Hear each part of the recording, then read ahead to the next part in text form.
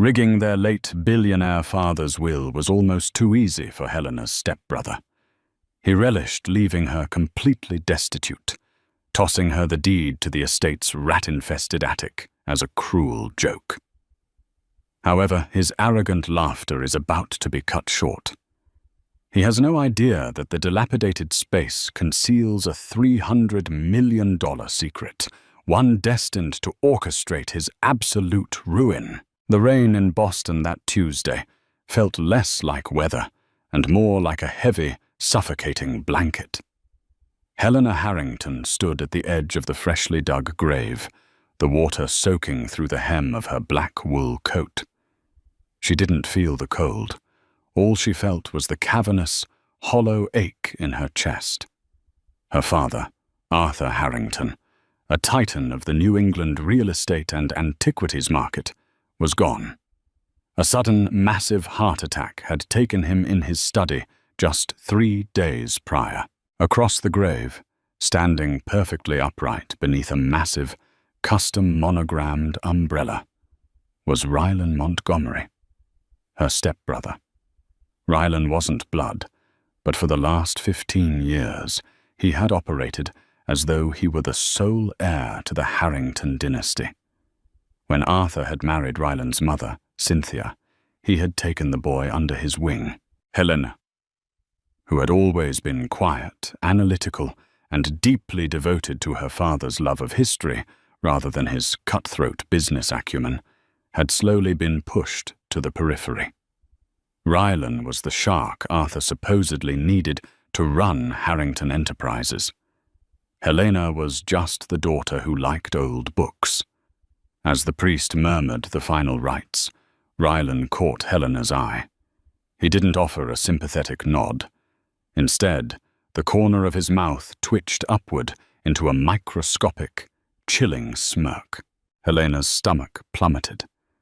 She knew, in that visceral way prey knows a predator is circling, that Rylan had done something terrible. The confirmation came 48 hours later in the mahogany-paneled conference room of Abernathy and Associates. Tobias Abernathy, a man whose wrinkles seemed permanently etched by decades of bearing bad news, adjusted his reading glasses. The tension in the room was thick enough to choke on. Rylan sat casually, sipping a sparkling water, completely relaxed. Helena sat rigidly, her hands folded tightly in her lap.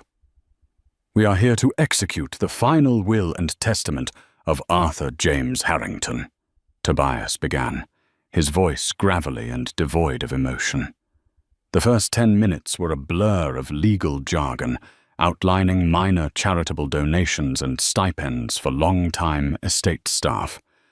Then came the meat of the document, the multi-million-dollar portfolio, the commercial high-rises in downtown Boston, the offshore holding companies, the liquid assets. "To my stepson, Rylan Montgomery," Tobias read, pausing slightly. "I leave the entirety of Harrington Enterprises, all associated liquid capital, the primary investment portfolios, and the deed to the ground and primary residential floors of the Harrington family estate in the Berkshires." Helena stopped breathing. The room spun.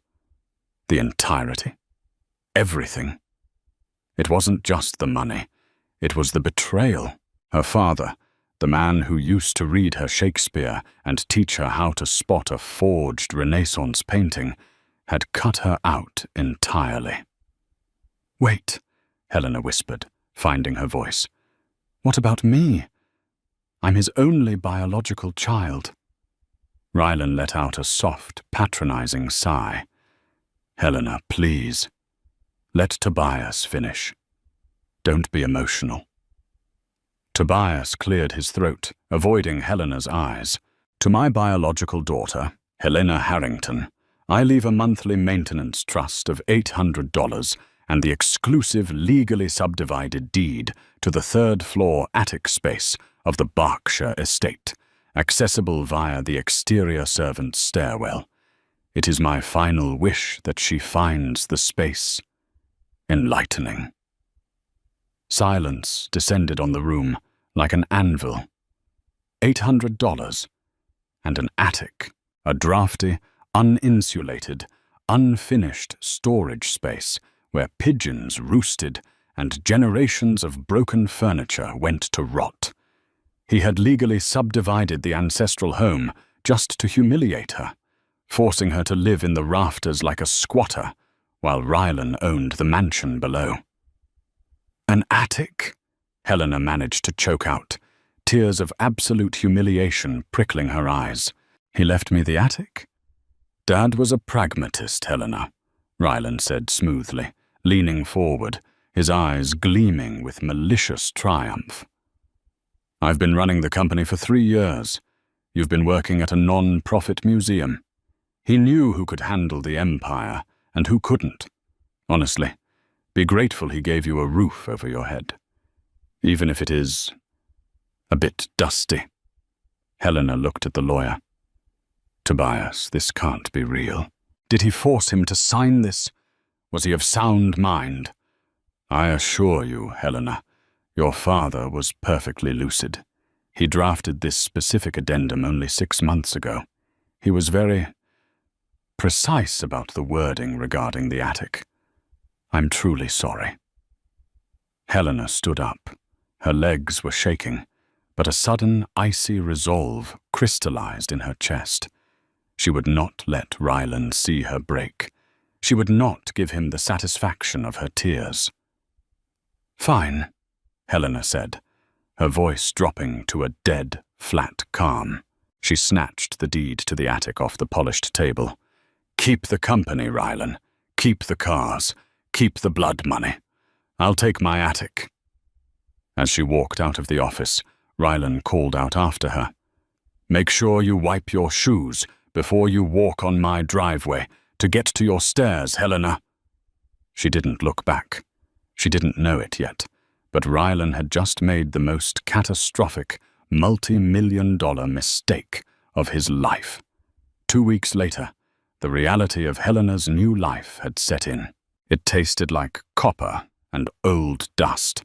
She had sold her small apartment in the city to pay off some lingering medical debts from her father's brief hospitalization, leaving her with no choice but to actually move into the inheritance she'd been given. The Berkshire estate was a sprawling Gilded Age monstrosity of brick and ivy. True to the cruel parameters of the will, Helena was legally barred from entering the main house. She had to park her beat-up sedan at the edge of the property and carry her boxes up a steep, wrought-iron fire escape that clung to the side of the manor like a metal parasite, leading directly to a heavy oak door on the 3rd floor. As she dragged her final box of clothes inside, the floorboards beneath her feet vibrated violently. A muffled, thumping bass line echoed up through the floor. Rylan was throwing a party, a massive, catered gala downstairs to celebrate his ascension as the sole head of Harrington Enterprises. She could hear the clinking of champagne glasses and the roar of laughter filtering up through the heating vents. Helena sat on a milk crate in the center of the attic, pulling her coat tighter around her shoulders. The space was massive, spanning the entire footprint of the mansion. But it was a nightmare. Sheets of plastic covered unidentifiable lumps of discarded family history. Cobwebs hung thick like grey cotton candy from the exposed wooden rafters. The only light came from a single, grimy dormer window that looked out over the sprawling manicured lawns she no longer owned. Why, Dad? She thought, wiping a streak of dirt from her cheek. Why would you humiliate me like this? She couldn't sit in the cold and wallow. The noise from Rylan's party was driving her mad. To drown out the sound of his triumph, Helena decided to start cleaning. If this was going to be her home, she was going to rip out the rot. She spent the next 3 days in a haze of physical labor. Armed with contractor bags and a heavy-duty respirator, she cleared out decades of debris. Broken lamps, water-damaged rugs, moth-eaten coats from the 1920s.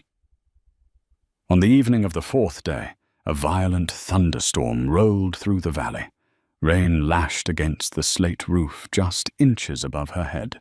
Helena was attempting to move a massive Victorian-era mahogany wardrobe that had been pushed flush against the far western wall of the attic. It was incredibly heavy, practically cemented to the floor by decades of neglect. Using a crowbar as a lever, Helena threw her weight against it. The wood groaned, protesting, and then suddenly gave way, sliding forward about 2 feet. As the wardrobe lurched, a heavy, cast-iron bookend that had been resting on top of it was dislodged. It fell, hitting the exposed floorboards directly behind where the wardrobe had stood. Thud, thwack. Helena froze. She wasn't a structural engineer, but having grown up around historic restorations, her ear was trained. The iron bookend hadn't hit a solid floorboard over a joist. It had hit something hollow, not just an empty space between floorboards. The sound had reverberated upward, echoing slightly against the vertical oak paneling of the wall itself. Frowning, Helena picked up the heavy iron bookend and tapped the floor again. Thwack. Hollow. She knelt down and shone her flashlight against the baseboards. The western wall of the attic was uniquely finished. Unlike the rest of the space, which featured exposed insulation and rough beams, this single 10-foot section of the wall was covered in intricate dark oak paneling. Helena had initially assumed it was just a remnant of some abandoned renovation project. She stood up and tapped the iron against the oak paneling. Clack. Solid wood. She moved 2 feet to the right. Clack. Solid wood. She moved to the center of the panels. Thump. Hollow. Her heart began to beat a little faster. Adrenaline, sharp and sudden, pierced through her exhaustion.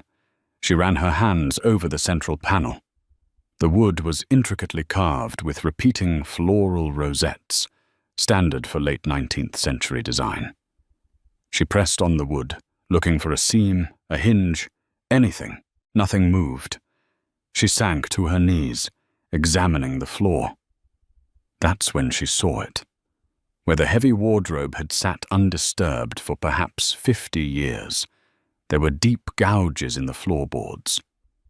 But they weren't straight lines. They were curved, as if the wardrobe hadn't just been placed there. It had been designed to swing outward on a massive hidden track. Helena's breath hitched. She scrambled back to the oak panel. She closed her eyes and ran her bare fingertips over the carved rosettes, feeling the grain of the wood. Her father had always told her, "Secrets in architecture are never hidden by force, Helena. They are hidden by misdirection." She reached the third rosette from the bottom. The center of the carved flower felt incredibly smooth. Too smooth. Worn down by human thumbs over the span of many years. Helena pressed her thumb hard into the center of the wooden flower and pushed upward.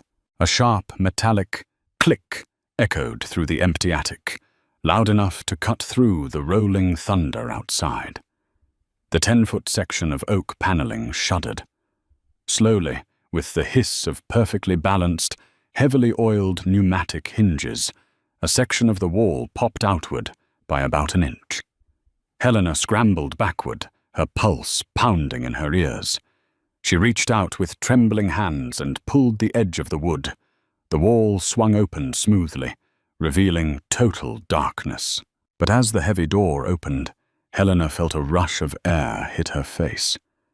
It wasn't the stagnant, musty air of the attic. It was cool, crisp, and perfectly dry. The distinct, sterile smell of climate control. She reached into the darkness, her hand brushing against a smooth metal plate. A switch. She flicked it. Fluorescent, low UV museum lights hummed to life overhead, illuminating the space in a soft, clinical glow. Helena stepped over the threshold, her eyes widening in absolute disbelief. She was standing in a hidden, windowless room, roughly 20 feet by 20 feet. The walls were lined top to bottom with custom-built, steel-reinforced shelving units. The hum of a high-end, independent dehumidifier and generator system vibrated softly in the corner, entirely severed from the main house's power grid. Sitting on a small antique writing desk in the exact center of the room was a solitary object, a thick, leather-bound journal. Resting on top of the journal was a heavy, wax-sealed envelope. Helena approached the desk slowly, as if the room itself were an illusion that might shatter. She picked up the envelope. In her father's unmistakable, elegant cursive script, it read, "For Helena, to be opened when the dust settles." With shaking hands, she broke the wax seal and unfolded the thick parchment. "My dearest Helena, if you are reading this, it means my final gamble worked, and you found the courage to look past the insult I left you in the will. Please forgive me for the public humiliation at the lawyer's office. It was a necessary cruelty. I had to make the lie convincing. Rylan and his mother are dangerous, greedy people. For the last 5 years, I have secretly documented Rylan aggressively embezzling from Harrington Enterprises. He has leveraged our commercial properties into massive, unsustainable debt to fund his offshore accounts. The empire he thinks he inherited? It is a house of cards, billions in debt, destined to collapse in audits and federal investigations within the next year. I gave him exactly what he deserved, a sinking ship, tied firmly to his own neck. But he would have fought you for the true wealth, Helena. He would have dragged you through courts for decades if he suspected I left you anything of value. So I hid the real legacy, the untraceable assets, the private collection the world thinks was lost to history. Look around you, my brilliant girl. Everything in this room is yours. Legally, entirely yours. Protected under the deed of the attic space. Let Rylan have his parties downstairs. You hold the empire." Helena gasped, dropping the letter. She finally tore her eyes away from the desk and looked at the steel shelves lining the room. They weren't filled with dusty junk. The shelves were lined with meticulously constructed, shock-proof pelican cases, wooden crates stamped with the crests of fallen European monarchies, and rows of canvas-wrapped frames. Helena walked to the nearest shelf. Resting on a velvet display cushion was an object that made her heart stop entirely. It was a golden sphere, encrusted with diamonds and deep blue lapis lazuli, resting on 3 sculpted golden eagle legs. It was a Fabergé egg. Specifically, the legendary, undocumented Imperial Navy egg of 1904, rumored to have been destroyed during the Bolshevik Revolution. And that was just the first shelf. Helena Harrington, the girl left with nothing but an empty attic, stood surrounded by a secret, black book antiquities collection, worth hundreds of millions of dollars. The real game had just begun, and Rylan had no idea what was hovering right above his head. For the first month, Helena barely slept.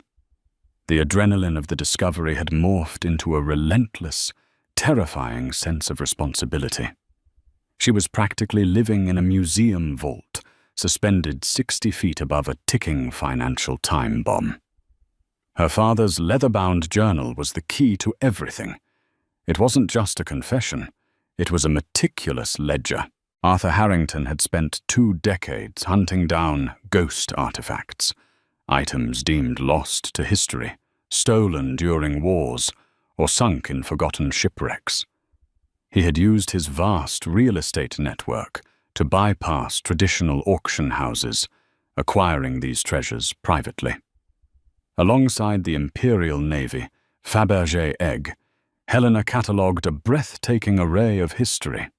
There was a sealed, climate-controlled tube containing an unrecorded J.M.W. Turner seascape sketch. There was a velvet-lined rosewood box holding the ceremonial Cartier diamond brooch commissioned by King Edward VII for his mistress, long thought to have been broken down and sold for parts. There was even a heavy, iron-clasped chest containing 72 pounds of raw, uncut Colombian emeralds, recovered from the 1715 Spanish treasure fleet. But owning a fortune in the attic was useless if she couldn't liquidate any of it without drawing Ryland's attention. She was legally living on a stipend of $800 a month. If she suddenly bought a penthouse in Manhattan, Ryland would immediately unleash his lawyers to investigate her. She needed to be a ghost. Turning to the back pages of her father's ledger, Helena found what she needed: a list of highly vetted, fiercely private international brokers. Next to a Swiss phone number was the name Jean-Luc Dubois, Independent Antiquities Auditor, Geneva. Beside his name, her father had written in red ink, "Loyal. Hates the IRS more than I do." Helena packed the Cartier diamond brooch into a nondescript Tupperware container, wrapped it in old newspapers, and placed it in her battered canvas tote bag. As she crept down the wrought-iron fire escape that morning, the back door of the main house swung open. Ryland stepped out, dressed in a sharp $5,000 Brioni suit, talking aggressively into his cell phone. He paused when he saw Helena walking toward her rusty sedan. "I'm telling you, leverage the Boston properties," Ryland snapped into the phone. "I don't care about the interest rates. Just get the liquidity." He lowered the phone, sneering at Helena. "Going to the pawn shop, Helena. If you need a loan for groceries, the kitchen staff usually has some stale bread left over." Helena gripped the strap of her tote bag, feeling the heavy lump of a $4 million royal diamond resting against her hip. She forced her face to remain utterly passive. "I'm doing just fine, Ryland. Try not to run Dad's company into the ground today." Ryland laughed, a harsh, barking sound. "The company has never been stronger, but keep enjoying the rats upstairs." Helena drove to New York City and met Jean-Luc Dubois in a private, heavily secured suite at the Waldorf Astoria. Dubois, a sharp-eyed, silver-haired man who spoke with clinical precision, authenticated the Cartier piece within 10 minutes. By the end of the week, the brooch had been quietly sold to an anonymous Saudi collector. $4.2 million was wired into a newly minted offshore holding company Helena created under the name Apex Heritage Trust. Helena now had her war chest. While she continued to live in the dusty attic, wearing thrift store sweaters and driving her old sedan, she was quietly, methodically liquidating her father's lesser pieces. A Ming Dynasty vase here, a cache of Renaissance gold coins there. Within 6 months, Apex Heritage Trust had liquid assets exceeding $50 million. And right on schedule, just as her father had predicted, Ryland's empire began to bleed. From the solitary dormer window in her attic, Helena watched the decay. At first, it was subtle. The landscaping crew stopped coming. The sprawling, manicured lawns of the Berkshire estate grew wild and unkempt. Then the extravagant parties ceased. The driveway, once filled with luxury cars and catering vans, sat empty. Ryland had pushed the company's leverage to a breaking point. Commercial real estate values had dipped slightly, triggering margin calls on the massive loans he had taken out to fund his personal offshore accounts. Without Arthur Harrington's steady hand, creditors began to panic. Late at night, the floorboards of the attic would vibrate, not from thumping bass lines, but from Ryland screaming into his phone in the grand study directly below her. He was terrified. He was drowning. Then came the morning the black SUVs arrived. Helena was sipping instant coffee when she saw a fleet of federal vehicles pull aggressively into the circular driveway. Agents wearing dark windbreakers with FBI emblazoned across the back swarmed the front steps. They weren't there for a polite conversation. They were executing a raid. The collapse of Harrington Enterprises was the lead story on every major financial news network for a month. Rylan was publicly indicted on multiple counts of corporate fraud, embezzlement, and tax evasion. The company was placed into receivership, its assets frozen. Rylan was suddenly a pariah. His so-called friends, the ones who had drank his champagne and celebrated his hostile takeover of the family legacy, vanished overnight. His mother, Cynthia, conveniently fled to Monaco, claiming ignorance of her son's financial crimes, leaving him to face the music alone. Facing millions in legal fees and immediate bankruptcy, Rylan had only one asset left that wasn't tied up in the corporate freeze, the primary deed to the Berkshire estate. But there was a massive problem. The estate was practically unsellable on the open market because of the bizarre clause in Arthur's will. No billionaire wanted to buy a historic mansion knowing that an estranged sister legally owned the entire third floor and had permanent right of access to the property. Rylan was trapped. The IRS was preparing to seize the house, which would leave him with absolutely nothing to pay his defense attorneys. He was facing 20 years in federal prison. Desperation makes men blind. Through his frantic real estate brokers, Rylan received a miracle lifeline. A private equity firm called Apex Heritage Trust offered to purchase the main deed to the Berkshire estate in a private, all-cash, fast-track sale.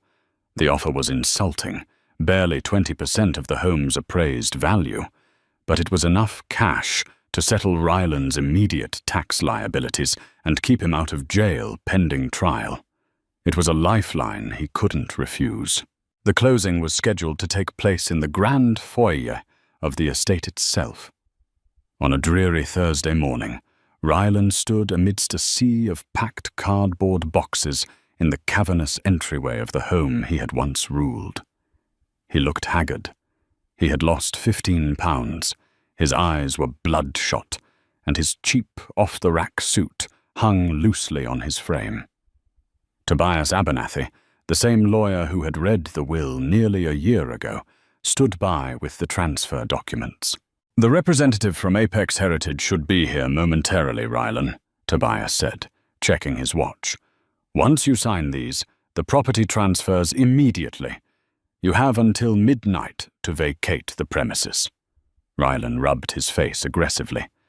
"Just get them here so I can sign this garbage and leave. I hate this house. I hate everything about this family." Suddenly, the heavy, dead-bolted door at the top of the grand sweeping staircase, the interior door leading to the attic that had been permanently locked for a year, let out a loud, echoing click. Rylan frowned, looking up. The door swung slowly inward. Stepping out onto the landing was Helena. But this wasn't the Helena he was used to seeing. Gone were the dusty jeans and oversized sweaters. She was wearing a tailored, charcoal grey Saint Laurent suit, her posture immaculate, projecting an aura of absolute, terrifying authority. As she descended the grand staircase, the rhythmic click of her designer heels echoed in the silent, empty foyer.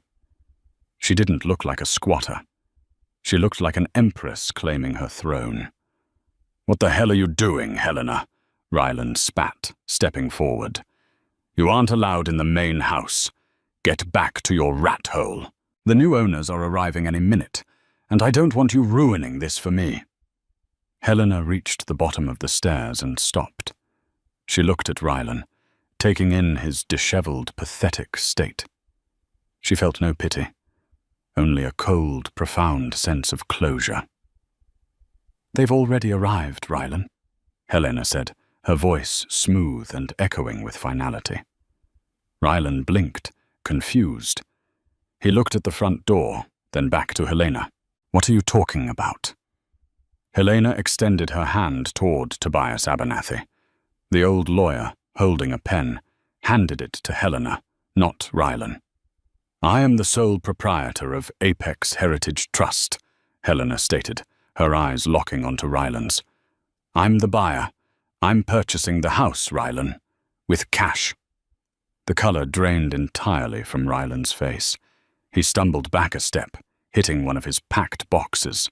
No, that's impossible. You don't have that kind of money. You have an $800 stipend. You're broke." "Dad didn't just leave me the deed to the attic, Rylan," Helena said softly, stepping closer. "He left me what was in the attic, his private, undocumented antiquities collection. He knew you were embezzling. He knew you were going to crash the company. He gave you the sinking ship, and he gave me the life raft." Rylan's mouth opened and closed like a dying fish. The horrific realization was dawning on him. The attic, the space he had mocked, the space directly above his head, while he drank and bragged about his stolen wealth. He tricked me," Rylan whispered, his voice cracking. "You tricked yourself, Rylan. Your greed made you predictable." Helena took the deed transfer document from Tobias. She didn't even read it. She simply signed her name with a sharp, fluid motion. She handed the clipboard back to Tobias, then turned her cold gaze back to her stepbrother. "The funds have been wired to the IRS to keep you out of federal lockup for now," Helena said, her tone devoid of all emotion. "But as of this exact second, I own this house, top to bottom.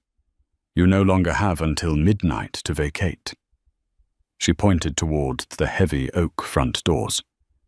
"Get off my property, Rylan, and take your trash with you." Rylan Montgomery, utterly broken, penniless, and defeated by the sister he thought he had destroyed, picked up a single duffel bag and walked out into the pouring rain. Helena stood in the grand foyer of her ancestral home, finally ready to let the dust settle. If you loved this story of ultimate karma and hidden treasure, make sure to hit that like button and share it with someone who loves a brilliant plot twist. Have you ever found something incredible hidden in an old house? Tell us about it down in the comments. Don't forget to subscribe to the channel and ring the bell so you never miss another thrilling real-life drama. See you in the next video.